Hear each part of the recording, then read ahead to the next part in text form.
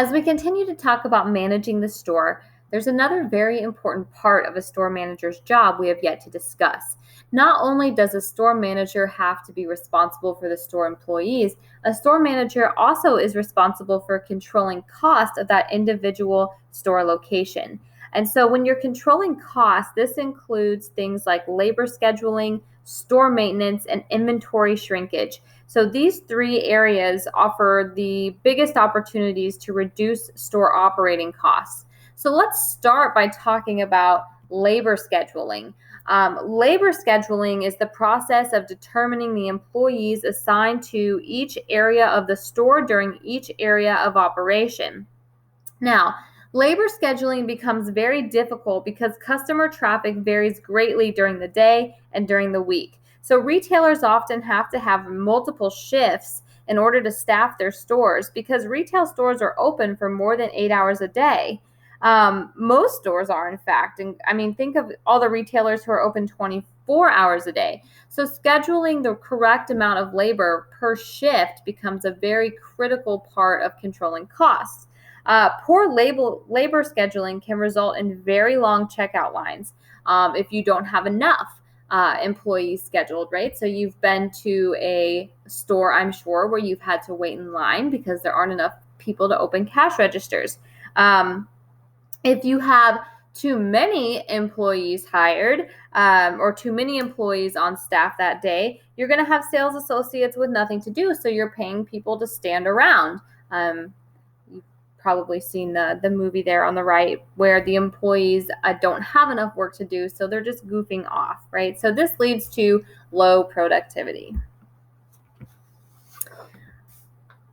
Another big area where store managers work to control cost is in store maintenance. And this entails all of the activities involved with managing the exterior and interior facilities associated with the store. And if you remember back from our discussion on location, there often, depending on the location, is a common area maintenance clause where the landlord or the property manager is going to take care of some things, but everything else is the responsibility of the store manager. So this could be the parking lot, keeping up the signs, the walls, the floors, the bathrooms, the HVAC systems, etc. Cleanliness and neatness do affect customer perception of the quality of the merchandise. And so studies have been done that show that if your store is clean and bright and well kept, consumers are going to associate that with higher quality products. If you have dirty, fitting rooms or bathrooms, or the walls have lots of scuffs and scratches, or you have trash piled up outside, customers are going to associate your store with lower quality.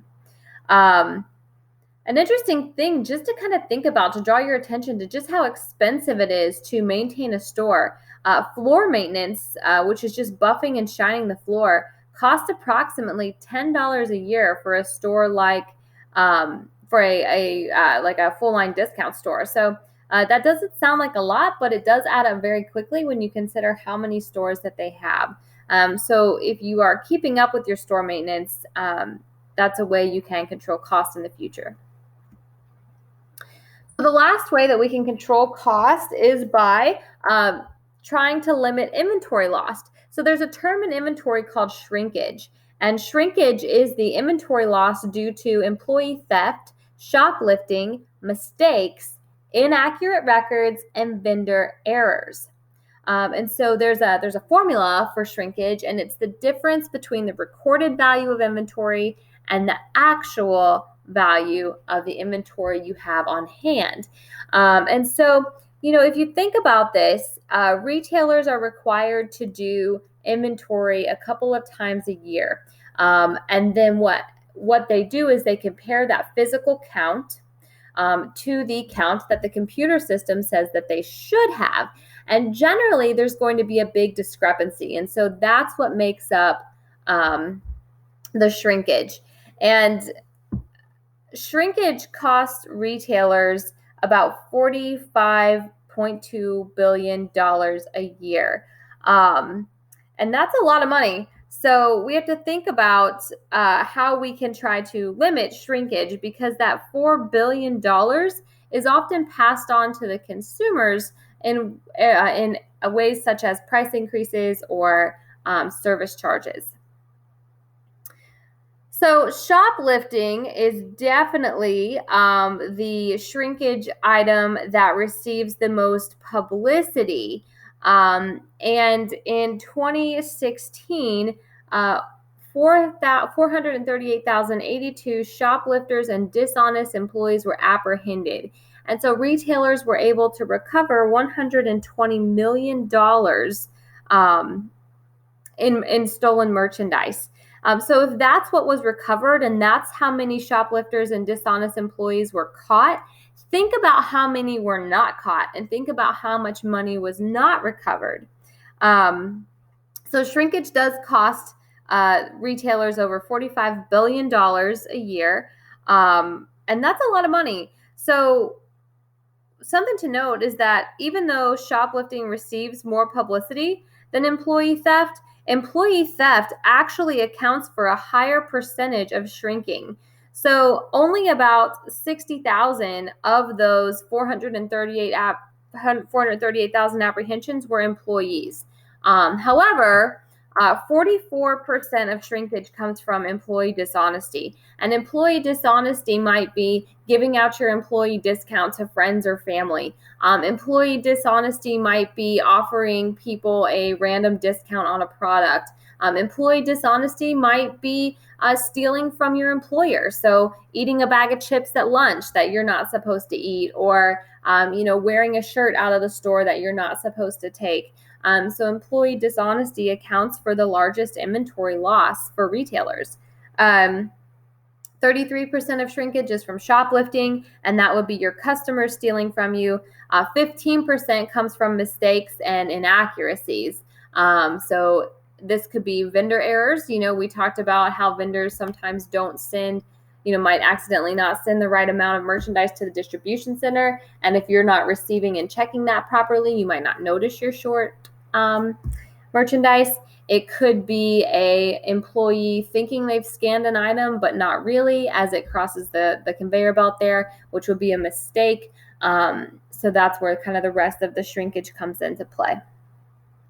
So do you think you can guess the most commonly shoplifted item? I'll give you a second to think, and then I'll give you the list of the top 5 most commonly shoplifted items. Believe it or not, the most commonly shoplifted item is red meat, the expensive cuts of red meat. So from grocery stores, a lot of times people can't afford to buy those really high-end steaks, so they will steal them, just put them in their bag. Razors is number 2, baby formula is number 3, cosmetics is number 4, and alcohol is number 5. There's a lot of really interesting articles out there on shoplifting and the most commonly shoplifted items and why researchers think that those items are the most commonly shoplifted. So if you find anything really neat, please post it in either the Chapter 16 discussion boards or the water cooler discussion board. All right, so how do retailers try to reduce shoplifting and employee theft? There are some ways that retailers can try to reduce theft, and the first is by their store design.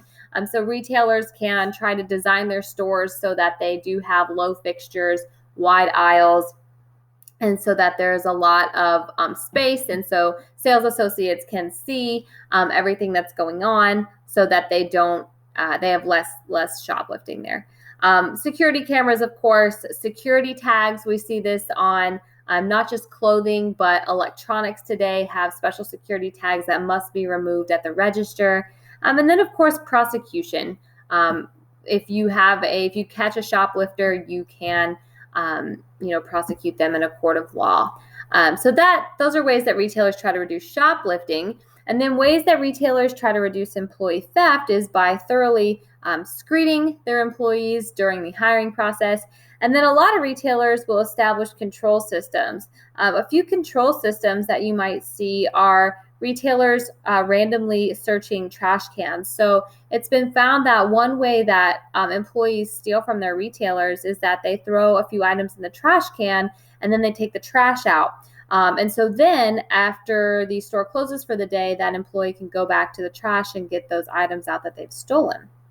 So by randomly searching the trash cans, you might stop a little bit of theft. A lot of retailers will assign codes to their employees. And so in order to access the point of sale system, you have to enter your specific code. And so that way, if the cash drawer is short money at the end of the night, the retailer will know who was working on that specific cash register. And then some retailers will have locker rooms for their employees, and they will actually conduct bag checks as employees come and go to make sure merchandise is not leaving the store. So I'm interested if any of you have worked for a retailer, if there have been any control systems in place to try to reduce theft. And maybe you weren't aware at the time, you just thought they were the store policy. But if you can think back and think of any experience you've had where you suddenly realize, oh, that might have been a control system. So that concludes Chapter 16 on store management.